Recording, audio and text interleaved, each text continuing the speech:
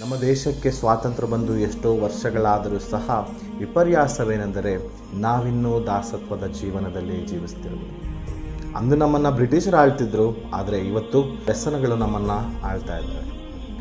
ಮದ್ಯಪಾನ ನಮ್ಮನ್ನು ಆಳ್ತಾ ಇದೆ, ಧೂಮಪಾನ ನಮ್ಮನ್ನು ಆಳ್ತಾ ಇದೆ, ಕೆಟ್ಟ ಅಭ್ಯಾಸಗಳು ನಮ್ಮನ್ನು ಆಳ್ತಾ ಇದೆ, ಅಹಂಕಾರ ನಮ್ಮನ್ನು ಆಳ್ತಾ ಇದೆ, ಕೆಟ್ಟ ಮಾತುಗಳು ನಮ್ಮನ್ನು ಆಳ್ತಾ ಇದೆ, ಕೋಪ ನಮ್ಮನ್ನು ಆಳ್ತಾ ಇದೆ, ಕ್ರೋಧ ನಮ್ಮನ್ನು ಆಳ್ತಾ ಇದೆ.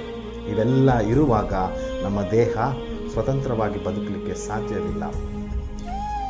ಸತ್ಯವೇದ ನಮಗೆ ಹೀಗೆ ಹೇಳ್ತದೆ, ಗಲಾತ್ಯದವರಿಗೆ 5:1, ಕ್ರಿಸ್ತನು ನಮ್ಮನ್ನು ಸ್ವತಂತ್ರದಲ್ಲಿರಿಸಬೇಕೆಂದು ನಮಗೆ ಬಿಡುಗಡೆ ಮಾಡಿದನು, ಅದರಲ್ಲಿ ಸ್ಥಿರವಾಗಿ ನಿಲ್ಲಿರಿ, ದಾಸತ್ವದ ನೊಗದಲ್ಲಿ ತಿರುಗಿ ಸಿಕ್ಕಿಕೊಳ್ಳಬೇಡಿರಿ.